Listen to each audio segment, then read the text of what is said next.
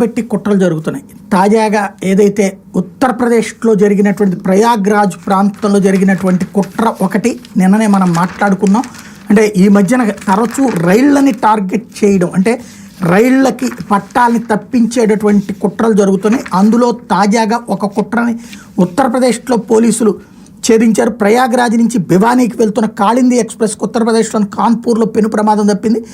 ఆదివారం రాత్రి రైలు పట్టాల మీద ఉన్న గ్యాస్ సిలిండర్ని ఢీకొట్టింది. ట్రాక్ మీద ఏదో అనుమానాస్పద వస్తువు ఉన్నట్టు గుర్తించిన లోకో పైలట్ వెంటనే అత్యవసర బ్రేకులు వేశారు. అయినప్పటికీ రైలు ఆ సిలిండర్ని ఢీకొట్టడంతో అది పట్టాలకు కొంత దూరంలో ఎగిరిపడింది. అయితే రైలుకి ఎట్లాంటి ప్రమాదం జరగలేదు. లోకో పైలట్, రైల్వే గార్డు దీని మీద పోలీసులకు సమాచారం ఇచ్చారు.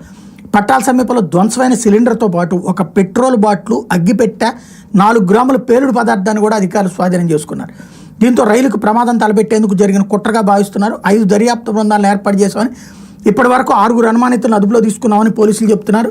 ఈ ఘటన రైలు 20 నిమిషాల ఆలస్యం సంగతి దేవుడెరుగు. ముందైతే రైలుని ధ్వంసం చేయాలన్న కుట్ర, అది మర్చిపోకముందే ఇప్పుడు మరొక సంఘటన చోటు చేసుకుంది. కొద్దిసేపటి క్రితం ఇది వెలుగులోకి వచ్చింది.